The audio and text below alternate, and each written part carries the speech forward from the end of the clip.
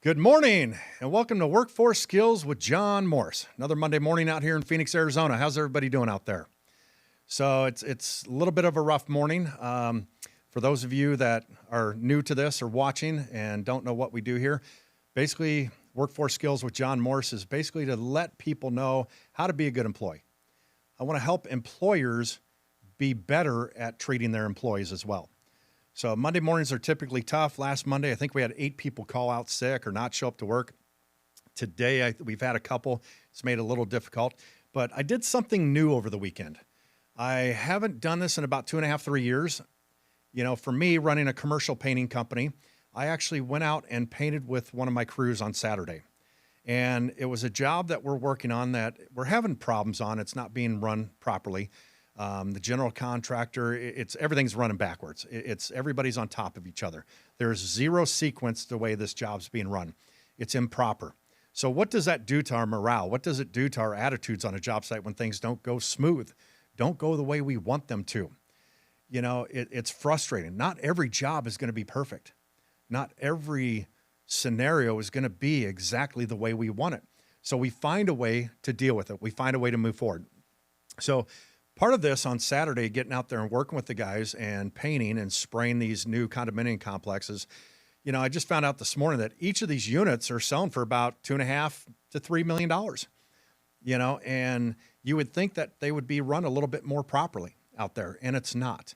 And they say, well, this is building number 7, and we need to, we'll fine tune it before we get to the next building. I think we're starting building 9 next after this. My fear is while doing this is what's going to happen if it doesn't get fixed by the next building. You know, how frustrated are my guys going to be when they're working on top of other trades or things aren't ready for them when they get in there to paint? You know, the owners of the property are a company out of Chicago. They do things differently there than we do out here in Phoenix. The climates are different. They're worried about things with humidity and things warping. Well, we have a dry heat. We don't have the humidity like they do. So they're controlling the narrative of how we're doing some of our work, which should not be the case. We are the skilled ones out there actually doing the job. We are the ones that should be trusted. We should be the ones that they look at us and say, okay, you bid this way, you know what you're doing, go in and do it and complete it. Now, if we perform poorly or we don't perform up to the expectations, then that's another conversation to have. But right now, when we go into these units and they're not being processed the right way or prepared the right way for us, when I have 7 guys with me on Saturday morning, and there's 7 of us, it takes us an hour and a half just to clean out all the garbage and all the trash from other trades in these 2 units we were painting, just to get started, there's a problem. Jobs should not be run that way. And I think that's the problem we run into nowadays. Everybody is in a hurry to get something done. They don't care about, the next guy will take care of it. If everybody cleans up after themselves on a job site, on a construction site, the next person will keep it clean as well. But when the first person, the second person, third person leave a trashed area, a trashed workspace, and the superintendent of the job site's not coming down and enforcing cleanup, what's going to happen? It's going to be a trashed job site from start to finish. Nothing's going to change in a situation like this. So how do we change this? It starts with us going in there and cleaning out what we need to get working. And hopefully we can be the difference. We can be the change on this job site that's going to get it back on track. Now, we're just the painting company out of how many trades on this 5-story condominium building? There are so many other people working in there. There's hundreds of people working on this property as we're proceeding with it. And it's time to get it into a system. You have to have a systematic way of doing the work with anything. If we can create repetition, it just continues from there. So that is the goal for me right now.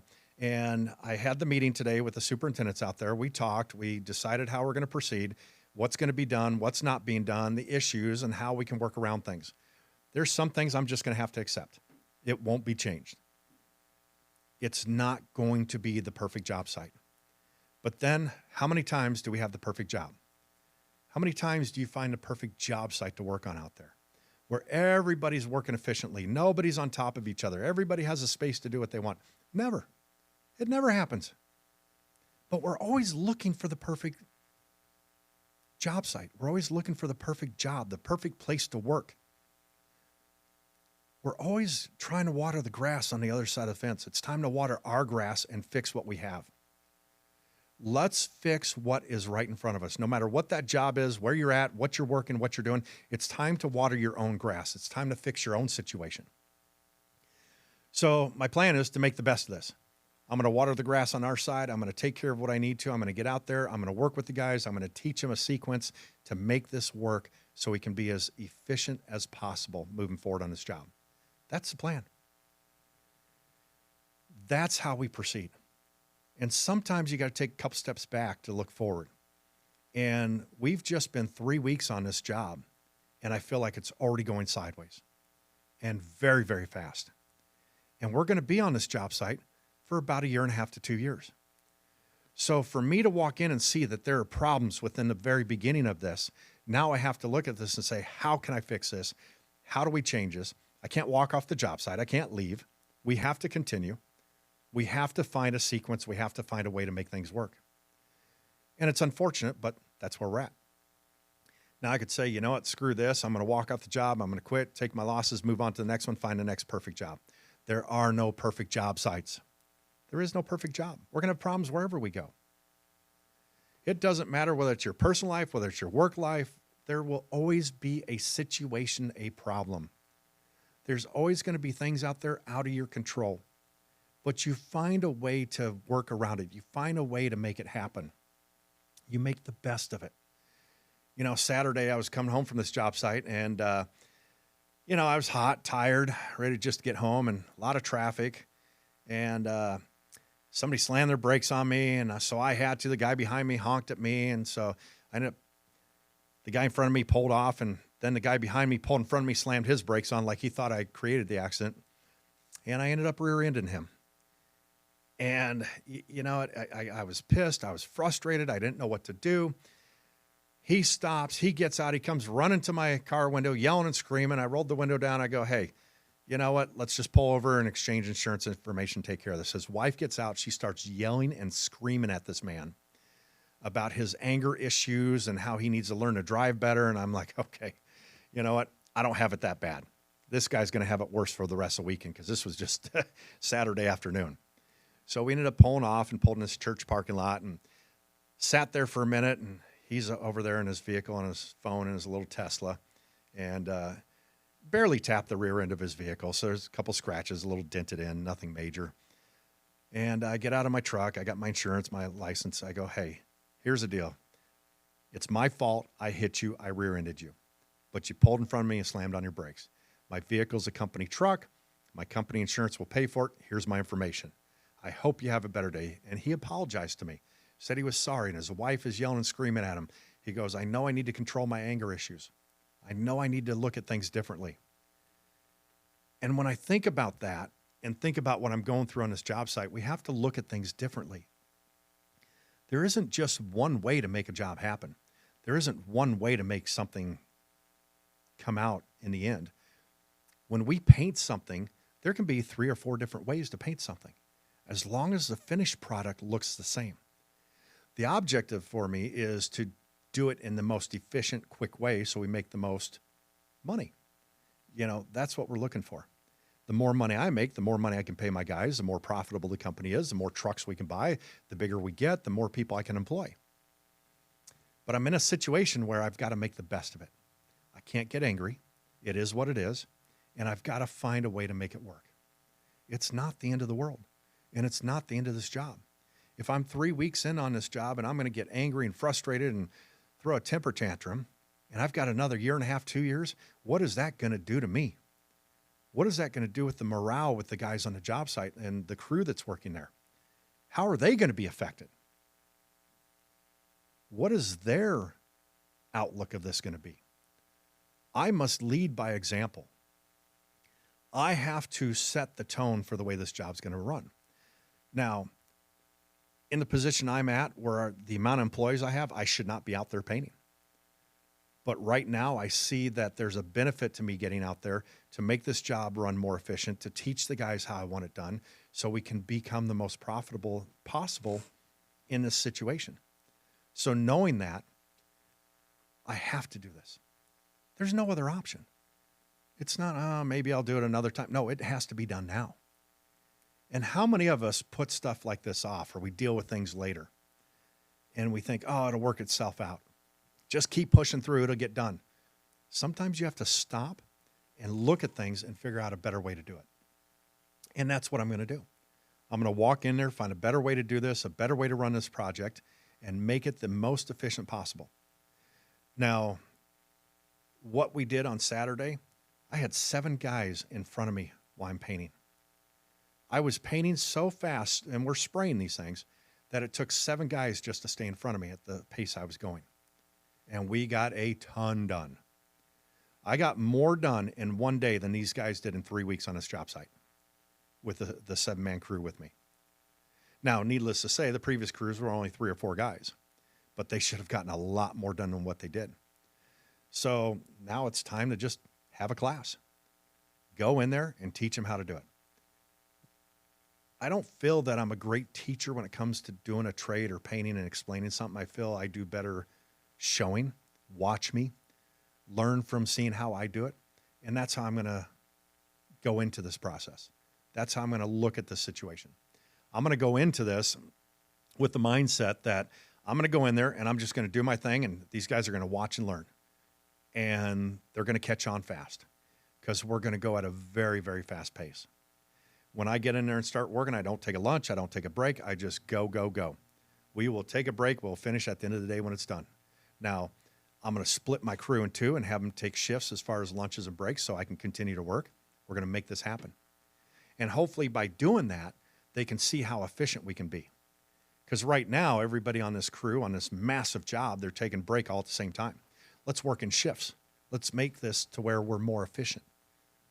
We're faster. We're going to do it at a better pace than what we were doing before. So that's the project that we're working on and what we're dealing with right now and what's on my plate today. And I look at this, and it's a day-to-day thing. Every job is a different scenario. Now, I just was in a meeting with the superintendents there, and I might have gotten a little frustrated, got a little heated at times, but I can't take that from that job to the next job. I have to look at each job separately. So if I have a bad situation on this job and I'm frustrated, I'm pissed, and something went wrong, and I go to the next job, I can't be thinking about that other job. I can't take those emotions and all that onto the next project. When it comes to the workforce and the workplace, there is no place for my feelings and emotions. There's a job that has to be done. It's a business, and it has to run that way. Now, I'm not saying you shouldn't have feelings and emotions, but there's a time and place to let them show and come out. In a meeting with these other superintendents, there was a moment in time where I had to get a little heated to get my point across and to let them know how serious I am on this. That's what I had to do. But at no time was I really angry. I just raised the tone, I raised the voice, and made them see it the way I needed them to see it. That's what we focus on. So leave your feelings and emotions out the door. Don't bring them to the workplace. It's, there's too much that can go wrong when you start doing that, when you start letting your emotions take place. And I'm not saying you have to be like Spock and all logical and no feelings and emotions, but you have to look at it logically. You have to look at it in a business sense. We have to start to reevaluate how we look at our money and how we look at our income and what we're doing for a job. I want to be at the top of my game. I want to be number one. And as an employee or an employer, we should all see it that way. We should all want to be better at what we're doing. We should all want to improve. And in doing so, how can I make changes? What can I change in my day-to-day life at work? One is not being emotional. Think logically. Think business-wise. Think about the money. When it comes to work, it should always be about the money. That's the only thing that matters. Why do you go to work? Some people go because they love their job, but ultimately you're there because you need to make money.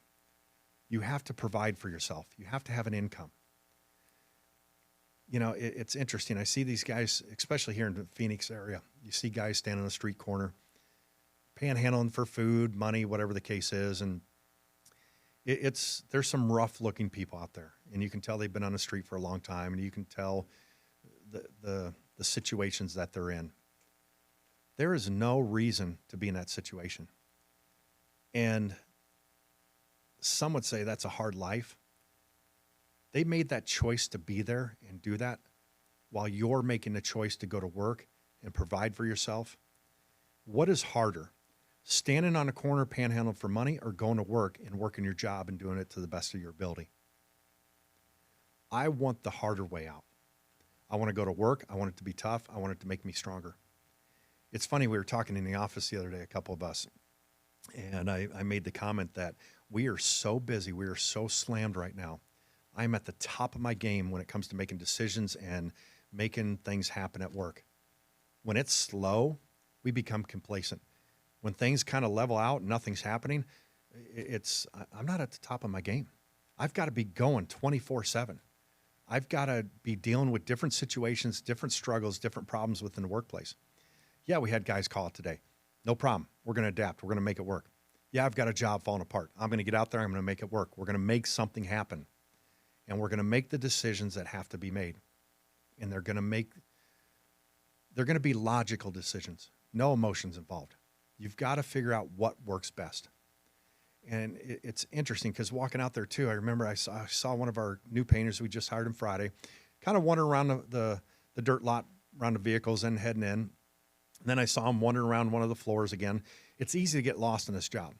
So it's easy to disappear and not do anything on this job because there's so many areas. But what I'm looking for is the guys that want to work, the guys that are going to be productive all day long.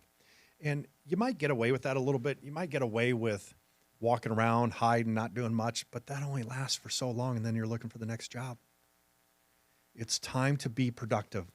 It's time to start working and make a difference. When I talk about workforce skills, the biggest skill is just showing up and doing it, doing your job, having the ambition to want to do something. If we want more money, if we want a better life, we have to work. Improve right where you're at. Because that guy probably won't last through the end of the week. Not at the rate he's going, unless somebody has a conversation with him and talks to him and gets him back on track. And that's what I have one of my superintendents doing right now when I was leaving that job site coming over here. Pull him aside, have a conversation, let him know our expectations. I want him to know right up front. Because when he came in Friday and filled out the application, we hired him, he said he was going to be our best painter. He works nonstop. That's not what I'm seeing. So I want to know that he's going to do the right thing. Now, if my superintendent talks to him and we give him this shot and we see how he does and we catch him a couple more times, he probably won't be here very long. And then he's down the road looking for the next job. Focus on what's in front of you. Make the best of it. Do it to the best of your ability. That's all it takes.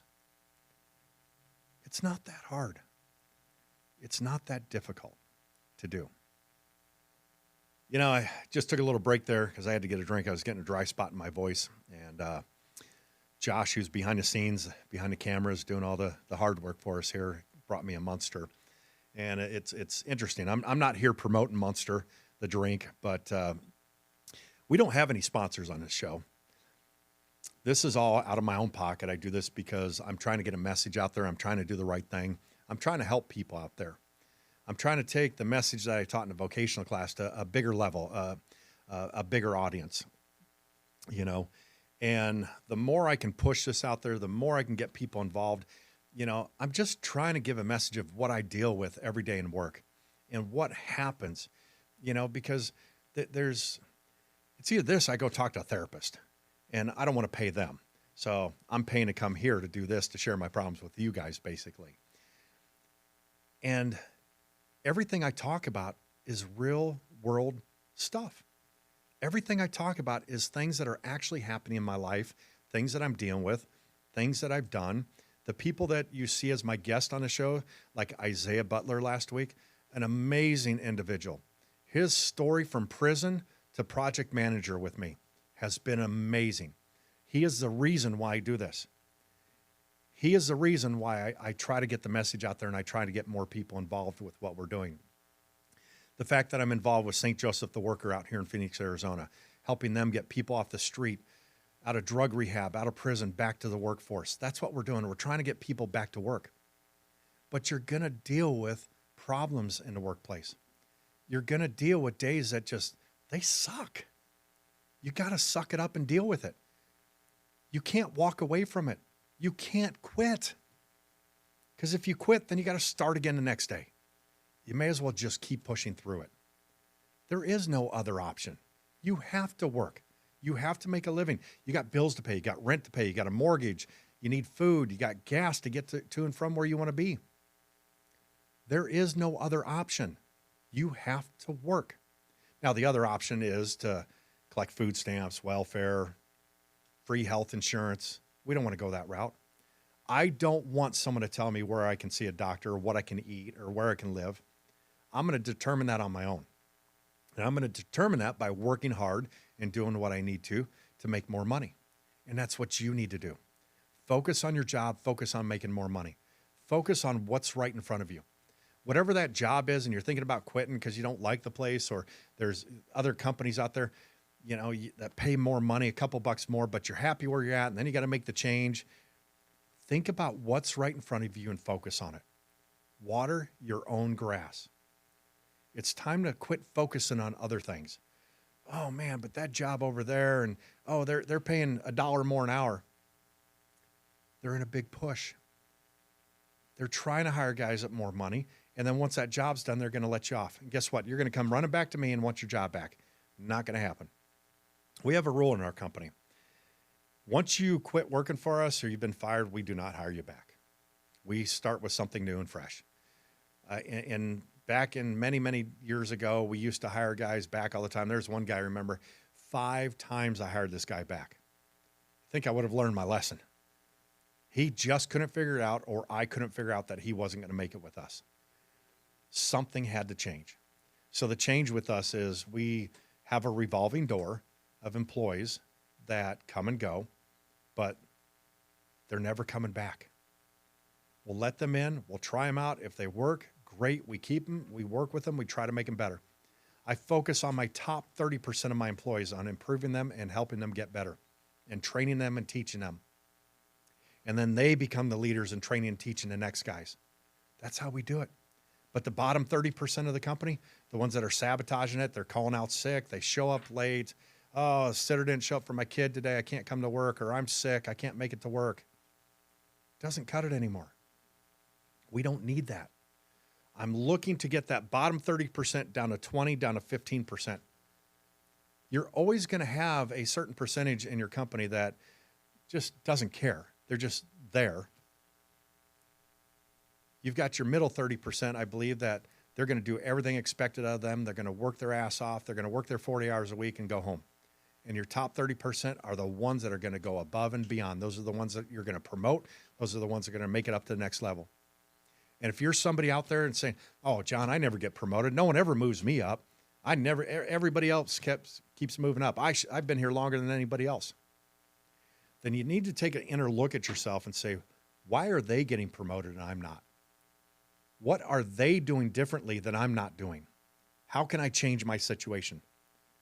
What can I do differently to improve and get to that next level? I want to get to the next level. I want to make more money. I want a better position. I want that company vehicle. I want the company cell phone, a company credit card. What am I going to do differently now moving forward to get that? Oh, I can complain all day long. I can bitch about it. Oh, they got promoted. They did this, and they keep overlooking at me, and they don't know how hard a worker I am. Well, shut your mouth and prove it.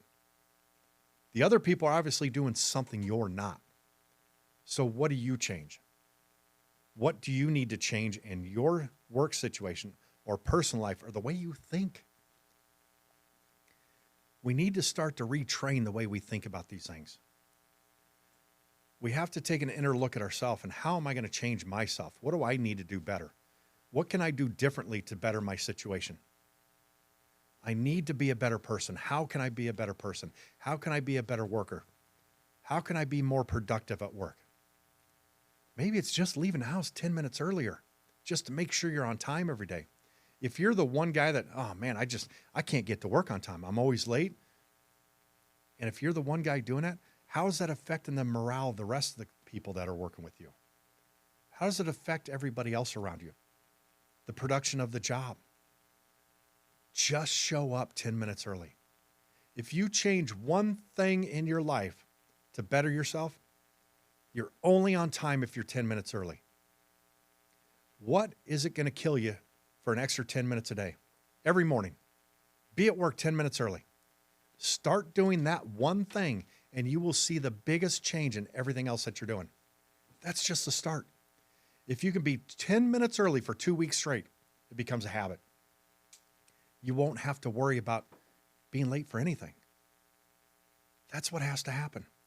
If you can do that, you will see that small change become something so much bigger and greater. That's how you get recognized by your boss. That's how you get recognized for the next promotion, for the next raise. Man, Johnny's always showing up early. Man, he's always here. He's getting the job set up before anybody else is here. You're going to stand out. People will notice that. And even if you think they're not noticing, I guarantee you they will. And don't complain, oh man, John told me to do this, show up 10 minutes early. I've been doing this for a month and no one's said anything. No one's done anything about it. I'm not getting a raise. Don't stop. Keep doing it. Do it for yourself. And you will see the change. You will see the difference. It will come to you without you even realizing that it's going to happen. I promise you the changes will happen. But you've got to be the one to implement it. You've got to be the one to make the change first. You have to make it happen for yourself. No one else is going to make the change for you except for you. And I guarantee you, if you work for someone like me or the way I train my superintendents and project managers, you will get noticed. You will be seen. Even when they think they're not being seen. Every Tuesday, we have a meeting with all our project managers and superintendents. We go through our list of employees. We discuss everyone by name. What are they doing? How are they doing? If there's any issues, any complaints, we talk about it then. If there's anything positive, it gets brought up then. Now, there's some employees who go, nope, he's doing great. He's doing fine. We don't talk much about. They show up every day. But the ones that are struggling, those are the bottom 30%. The ones, oh, they're doing fine. They're okay. They're doing great. That's my middle 30%. Oh, the ones, oh man, he worked overtime. He got this job done. We were more profitable on this job. He's doing the extra work. He's even trying to help us find a couple of guys to hire. We told all our painters last week that if they can bring any new painters on board with us and we hire them, they'd get a $250 bonus after they've worked for us for 30 days. That's huge for a lot of these guys. So now I'm looking at my top 30%. Those are the ones we talk about in the meetings. Those are the ones I'm going to focus on. I'm going to do more training with. I'm going to help them get to become an estimator, a project manager, a superintendent. I want them to be the crew leaders. I want them to have the responsibilities. That's the goal with this. So what are you going to do moving forward to better yourself? Leave the emotions at home. Leave the feelings at home. Step up your game and show up 10 minutes early. You're only on time if you're 10 minutes early. Just repeat that nonstop. Once that sinks in and you've done it for a couple weeks, I'm telling you, it's going to change. Please pay attention. I promise you. I don't sit here and make this stuff up. It's worked for me my whole life, and it continues to work as I continue to grow and as I continue to build the company and I grow as a person. It does make a difference. You will be okay. And stop worrying about what everybody else out there thinks. It's time to stop worrying about what everybody thinks around you. Get out of your head. I think that's the one thing that I think it's just human nature. We all struggle with it. We get up in our head and we think too much. We overthink situations. Whether it's dating, whether you're going through a divorce, whether you're having marital problems, whether you're having work problems, you're working with a crew and a couple guys you think don't like you because they look at you funny or something happens. We need to stop worrying about all the issues. We need to stop worrying about what everything else is happening around us and just focus on us. If I can stop worrying about what everybody else around me thinks about me, life gets so much easier. Why would I worry what you think about me or anybody else? I'm focused on me. I'm focused on trying to better myself, to be a better employer, to be a better father, husband, be better at training people, being better as a leader within my company. I'm not going to worry about what everybody else around me thinks. And there are times, I think even myself, I get up in my head sometimes, or I'll overthink something. And I know when I'm doing it, and I try to shut it down right away. But it's hard. But you can train yourself to stop worrying about everybody else, everything else around you, and focus on you. You know, we had a situation last week with an employee. We hired him, sent him out to a job, and what's he do right off the bat? He starts talking about how much he's getting paid around other painters. All of a sudden, that whole crew's in an uproar. Everybody's comparing wages and who's making more, who's making less. And legally, you cannot tell an employee not to discuss his wages. You can't stop it. In my opinion, that's between me and him. But because of this, we had to get him off the job site and get him away. It created some issues, and everybody was worried about everybody else's business at that point. Your business is your business. What you make an hour, what you make a salary, that's your business. It doesn't need to be discussed with anybody else. Why should anybody else know your business? Keep it to yourself. It's just going to create more conflict in the workplace.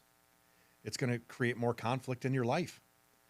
You know, even with myself, I try not to talk about money or what I have around some of my family. It's not necessary. I realized years ago it almost became a competition thing with a couple of them. Well, I'm doing this, I got this, or here's what I bought, or here's how much.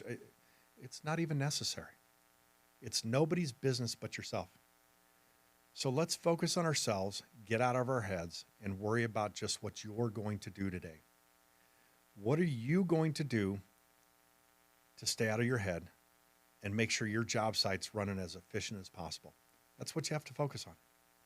So, guys, I think that's all I got for you today. It's a little bit shorter than usual, but it's a stressful Monday for me. You know, I got a lot on my plate today.